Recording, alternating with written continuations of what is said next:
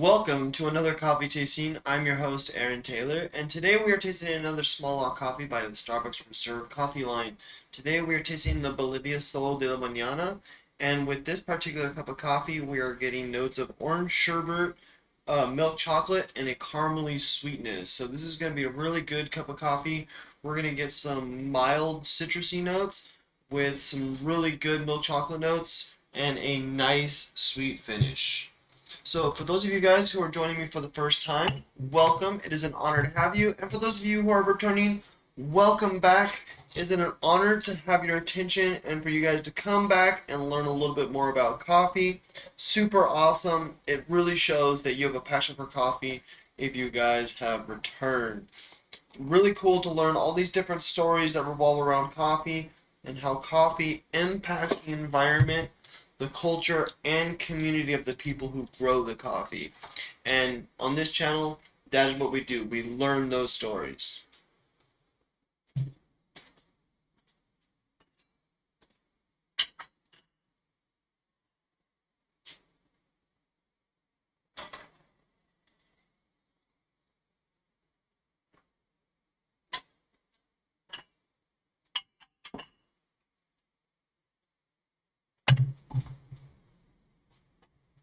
So, for those of you who are joining me for the first time, we like to brew our coffee three different ways. And the reason why we like to brew our coffee three different ways is so that we can really explore the different flavor notes that we get from the coffee from the different brewing methods. So, every brew method is going to have its own flavor note that it's going to bring out. So, with the pour over, we're having a paper filter, and with that paper filter, we're filtering out some of those sediments. But because it's just a single layer paper filter, we are allowing some of those oils to make its way through, and that's going to impact the brightness of our cup of coffee. With the Chemex, we have a double paper filter, and with that double paper filter, we're going to end up absorbing more oils versus the pour over, and with the more oils that are being absorbed into the paper filter, it's going to give us a more balanced cup of coffee. We're going to taste a little bit more of those milk chocolate notes with that caramely sweetness. And with the French press, we're getting all the oils and all the sediments out of the coffee. And with the oils and sediments in the coffee, we're going to end up with a much thicker cup of coffee, and it's going to be much more intense in flavor as well. So it's going to be really good. This is a really good cup of coffee. It has all the flavor notes that I really like. And then with the orange sherbet isn't as bright as some other orange notes that you would get. And because it's very subtle, it allows us to taste those milk chocolate notes a little bit more, which is what I like in a good cup of coffee.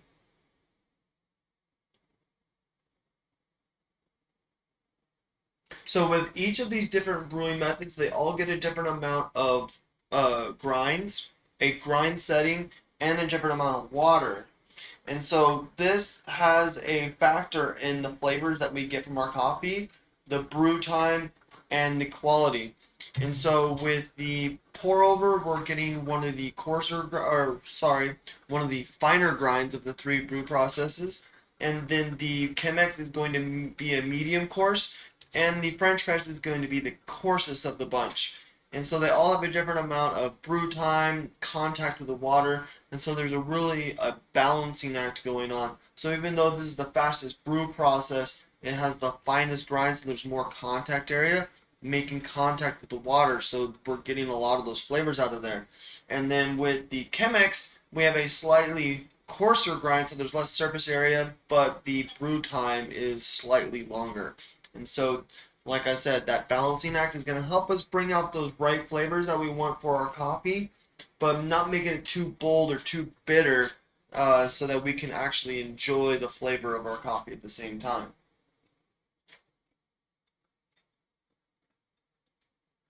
So making sure that we brew our coffee correctly is very important, not just for us, but just in dedication to the people who put the hard work and dedication into making sure that this coffee got to our table.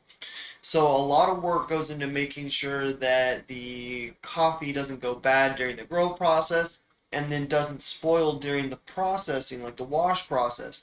So there's a lot of monitoring, a lot of work that goes into making sure that the that coffee makes it past the first two stages of the processing, the growing and then the drying.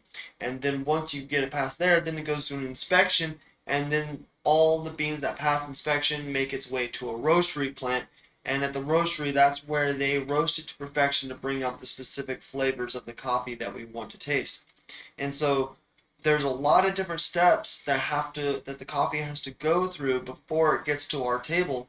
And so if we improperly brew our coffee, we're doing a disservice to those who put a lot of hard work into making sure that we can have an exceptional cup of coffee, especially with Arabica beans, where a lot more work goes into making sure that they don't go bad, and there's a lot more meticulous work that goes into growing Arabica beans versus Robusto beans. And the reason why we grow Arabica beans is because they have a more bold, intense flavor, giving us a more flavorful cup of coffee and allowing us to explore some more flavor notes that you wouldn't normally get to experience through a Robusto coffee.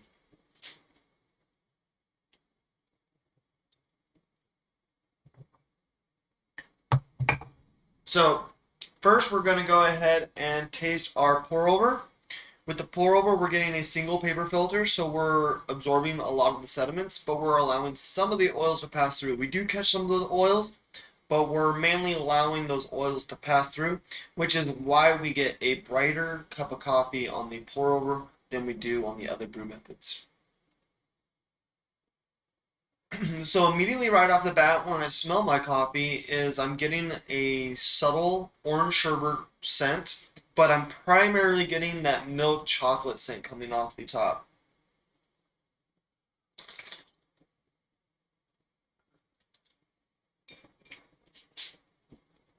Ooh, that's really good. So with this cup of coffee, we're getting like that subtle orange sherbet right off the bat, but then it starts to wash away pretty quickly because it is a subtle, bright flavor, and we're left with a very intense milk chocolate flavor. And then with that milk chocolate flavor, it's got almost like a sweetness to it because of that initial bitter bite that we get when the orange sherbet starts to wash away. That milk chocolate bitterness starts to take over, and then as soon as it starts to take over, it starts to give way, and as it gives way, the caramely sweet notes start to reveal itself. And what makes those caramely sweet notes sweet is the fact that when the orange blossom notes start to wash away, the we get those intense bitter notes, and then as those intense bitter notes wash away, the contrast between the bitter chocolates and the caramely sweetness, because we have those bitters and the bitters start to wash away, it makes that caramely sweetness taste that much more sweet. So it's not actually sweet, but in contrast to the bitters that we got from the initial milk chocolate flavor, it's going to give us a sweet mouthfeel.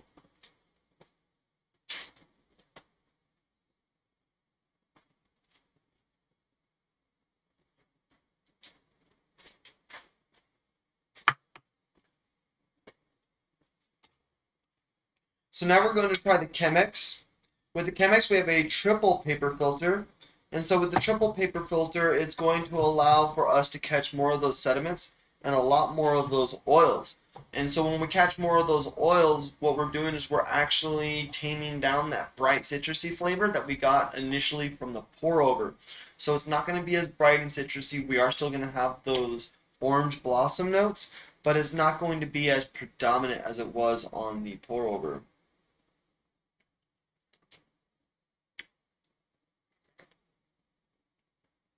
Oh yeah. So we're definitely still getting those orange blossom notes at the very beginning. It almost has more of a florally flavor than it did the citrusy flavor in the pour over. So we're still getting those orange blossom notes, but we're getting the heavy milk chocolate bitterness in the very beginning. And then as our palate starts to wash away, we're left with almost like the blossom notes from the orange blossom, and then that caramely sweetness. So those bitter notes start to wash away, and then we're left with the caramely sweetness with a subtle floral flavor. Really good. I like that a lot just because we're getting a lot more of the milk chocolate flavors. We're not really tasting a whole lot of that orange blossom. And then when we do taste that orange blossom, it's kind of hand in hand with that caramely sweetness. Really, really good. I like that a lot. The Chemex is almost always one of the better ways to enjoy a cup of coffee, just because you almost always get a balanced cup of coffee with very smooth flavor notes. It's not going to be overwhelming and intense like it can be on the French press, but that's all depending on the flavor that you're looking for. If you are looking for a more intense cup of coffee, I would definitely go with the French press just because we're going to have those flavor notes turned way up. So with the French press, we have the coarsest grind of the three brew methods that we have here, and then we have the longest contact time with the water. But because the grinds are on a coarser grind setting, they have less surface area, thus we have that balancing act still going on, where we have a coarser coffee, but we have longer contact time with the water, allowing it to balance itself out so that we can make sure that we get the flavors that we want from the coffee, and we get the flavors that the growers and the roasters want us to taste. There are specific flavors that they try and bring out, and it's our part to make sure that we brew our coffee to make sure we get those flavors.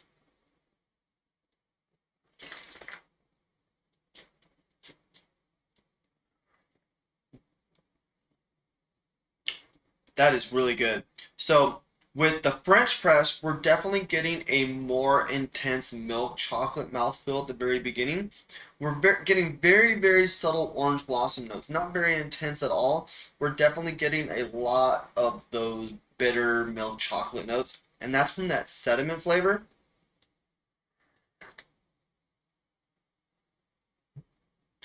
And then as the palate starts to clear, we are definitely left with that caramely sweetness with that subtle orange blossom flavor like we did with the Chemex. And the flavor profile of the French press is almost spot on with the Chemex, except that flavor dial is turned way up. And the reason why is because we're getting those sediments and those oils that are normally absorbed into the double paper filter on the Chemex. So with the Chemex and the French press, we're getting a very balanced cup of coffee. We got those nice milk chocolate bitter notes at the very beginning. And then as those bitter chocolate notes start to wash away, we're left with that orange blossom caramely sweetness palate. Really good, really subtle, and really smooth as well. If I had to choose a specific brew method for myself for this particular cup of coffee, I would definitely choose the French press just because we are getting a more flavorful cup of coffee, some really intense some really intense milk chocolate notes with a nice caramely sweetness with just a subtle orange blossom flavor alongside, which is very smooth, very nice. Definitely what I look for in a good cup of coffee. Excellent, excellent. So now we're going to learn a little bit about Bolivia Sol de la Mañana. With Bolivia Sol de la Mañana, this is an initiative started by Pedro Rodriguez, and it is the initiative of the Morning Sun. And so in this area of Bolivia, the local coffee growers started to switch over from other crops to coffee, but there was a lot of things that happened in terms of like nature disasters and stuff like that that kind of deterred a lot of the farmers in the area to grow coffee. Like they started to grow coffee, and then there was like a natural fire, and then once the fire was over, a lot of the farmers that switched over to coffee were hesitant to continue to grow coffee just because of what had happened. So Pedro Rodriguez had dedicated the last 3 decades of to learning about growing coffee and agricultural science. And so when he came back, he actually bought his own land and his own farm, and he started his own initiative called the Bolivia Sol de la Mañana. And the Bolivia Sol de la Mañana is dedicated to teaching the local farmers of that area and his neighboring farmers all about agricultural science and what they can do to create a more economics a more stable economy for the local environment or for their local community. And so it's really cool to learn how one person can go out and gain knowledge and education about a specific thing with this agriculture, come back, start his own initiative, and then share that knowledge with not just his immediate neighbors, but everyone of the community, so to help them grow coffee. And what's important about this is coffee has really helped this area of the world and other parts of the world with gaining a stronger economic foothold in the world. And so with a lot of other crops, they are very not economically friendly and also not very friendly to the environment as well. And so with the switch over to coffee, we have a coffee that's more sustainable and then also can provide a economically friendly source of income. And so with this, we have a community that's growing through coffee, and then also they're building strength through economy.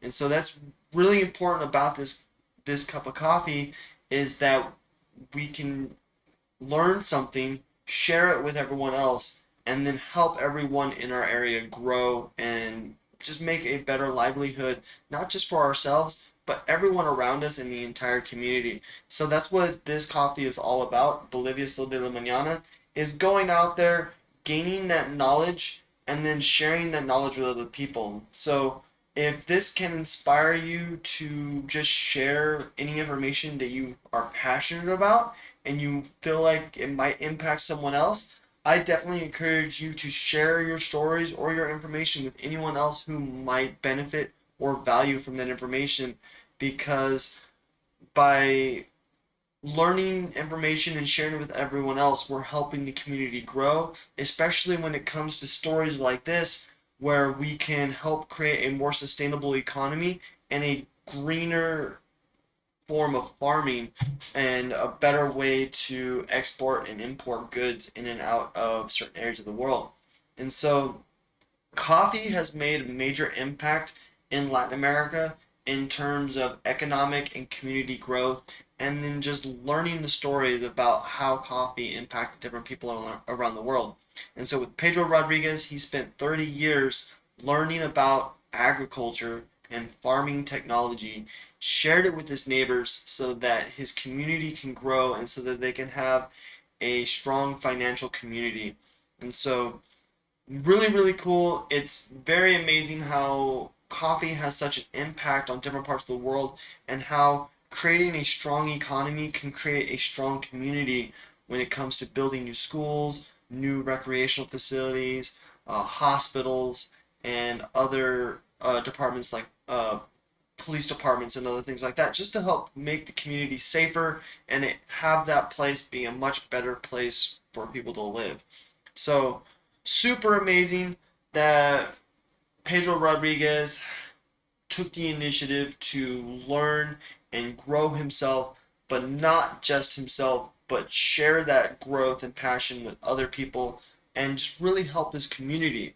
So I encourage everyone else that if there's any way that you can help your community grow, definitely share that information with a passerby, a coworker, or a friend or a neighbor. Share that information with someone because you don't know how that's going to impact someone, and it would most definitely impact them in a positive way. So thank you everyone for joining me in today's coffee tasting. I hope you guys enjoyed learning little bit about Bolivia Sol de la Mañana and the initiative called the Morning Sun and how it's dedicated to agricultural science and sharing that agricultural science information with the community to help better grow the community, to make a better livelihood for not just one person, but for the entire area of people. So thanks again everyone for joining in today's coffee tasting. If you guys enjoyed today's coffee tasting, go ahead and hit the link down below. That is going to be a list of videos that I've done in the past. The link above is just going to be a video that YouTube thinks that you might like. Thanks again. I hope your guys' coffee was just as delicious as mine is. And if you haven't had a chance, hit that like and subscribe button down below. It allows me to make much more content and make it that much more better for all of you. Thanks again.